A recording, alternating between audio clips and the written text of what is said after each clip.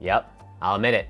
After seeing and reading about BILT's new $10.75 billion valuation, everything I thought I knew about the BILT Card, I was wrong. So for that, I apologize. And today, I want to set the record straight on one, what exactly is BILT and the BILT Rewards program? And two, more importantly, what can we expect to see from the BILT Card 2.0 for the rest of 2025 and beyond? Hint, hint, it has to do with one of these, homes. And a quick disclaimer, no sponsorship here.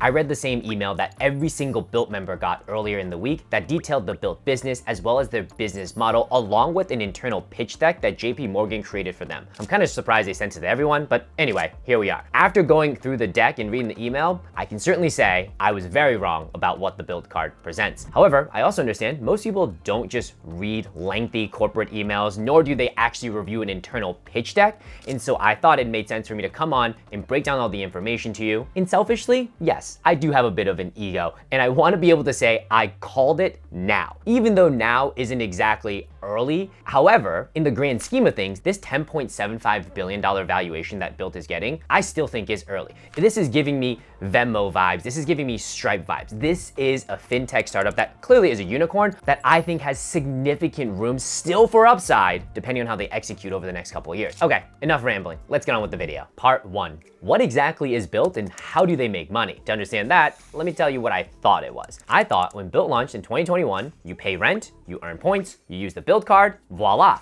And so how they made money, quite simply, was just on the credit card swipe fee, as well as any interest that they charge to people who hold balances. And of course, as a startup, they definitely should have had some extra VC money and investor money to burn. But with all the value that they were giving and what seemed like probably not enough money they were making, there was just no way that this card could have lasted, right? Wrong. Not only did BILT last, but they dominated the space over the last 4 years, and they consistently ranked as my #1 no annual fee credit card. In addition, the points currency that they have is the most valuable points currency in the entire space. And now they're valued at $10.75 billion, on pace in the next 6 months to generate over $1 billion in revenue, and by end of year, they'll process over $100 billion in housing spend. So what's the deal here? How can a no annual fee credit card provide so much value to its members, generate these type of numbers? Well, it turns out for BILT, the BILT Card is just one piece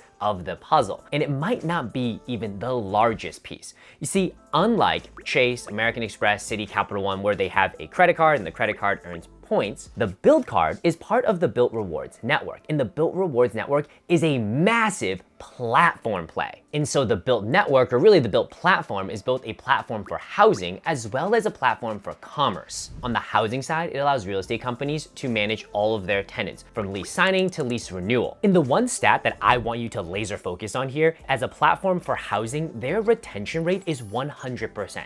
That means a giant apartment complex signs up to use the BILT network to process all of their tenants. And what that stat basically says is, year over year, they don't leave. They don't go find a different platform. And in the world of just business, if you can keep 100% of your customers, that's not even a pipe dream. That is just a number I don't even think I've ever seen. Typically, you would expect that maybe 5%, 10% of those customers are gonna churn and go elsewhere. A 100% retention rate means 0% churn. And listen, it's too late for you and I to get to this cap table, but oh my God, if I was ever pitched a startup idea where they basically say, yeah, our customers sign up and they don't leave, would you want to invest? I would say, yes, take my money. How much? Just take it. I don't know how much, but take all of it. And as for what they do as a platform for commerce, they allow businesses to serve hyper-localized ads. So let's say I love getting sushi. I love getting sushi on Saturday. Who would want to know that information? Well, probably sushi restaurants that are close to me. And what BILT allows are those merchants to come on and serve those hyper-localized ads. So then how does BILT make money, both as a platform for housing and a platform for commerce? Well, as a platform for housing, they make money in two ways. One, from the take rate on the monthly housing spend. Basically, how much monthly housing spend is transacted, they get a cut of the pie. And they also make commission on any special lease incentives. And if we take a look at the chart here, In 2025, it's gonna be estimated that they're gonna process over $100 billion of housing spend. But if you look at this chart here, rent volume is estimated to be $700 billion a year, and mortgage payment volume is estimated at $1.4 trillion. I'm gonna ignore the other stuff and just focus on just those two. Those two added together, well over $2 trillion in just rent and mortgage payments. Now we add in all the other stuff. Bilt thinks that there's a total $16 trillion in housing spend as a total addressable market that they have a shot at capturing. And right now they're only processing 100 billion of that. When I say I wish I could put money into this, I wish, but I'm gonna say it right now, I'm calling it. I'm just calling this company. And how they make money as a platform for commerce, quite simply, is going to be the take rate on the commerce spend. So similarly, the money that's transacted, they get a cut of it. And in 2025, they're estimated to process about $10 billion in commerce spend. But as you can see on this deck here, they estimate that 80% of all spend that we do, you and I, happens within a 15-mile radius of our homes. And therefore, that creates a total of a potential $30 trillion of a total addressable market that they can hit as a platform for commerce. So now we know we've got a platform for housing and a platform for neighborhood commerce. But what about us, Bilt members? What do we get? Well, we get a slew of benefits, but most importantly, what Bilt is capturing from us is the rent to own cycle. This next little bit might get a little bit boring, so feel free to skip through, but I'm gonna nerd out a little bit because this is also my past work experience. So I used to be an enterprise account executive at SAP. I sold multi-million-dollar software deals to very large companies. And the way that we went to market was we addressed individual work streams. What that means is, so here's an example. When I'm selling into the procurement teams, I want to address their entire procure to pay cycle. And I would then sell you SAP Ariba. For the teams in HR, I wanted to address the hire to retire cycle. And if I did so, I wanted to sell you SAP SuccessFactors. What Bilt wants to do is address the rent to own work stream. And it may seem very obvious to some of you, but this is ingenious. Think about this. At some point in your life, you're gonna move out from home and you're gonna either have to rent a place or own a place.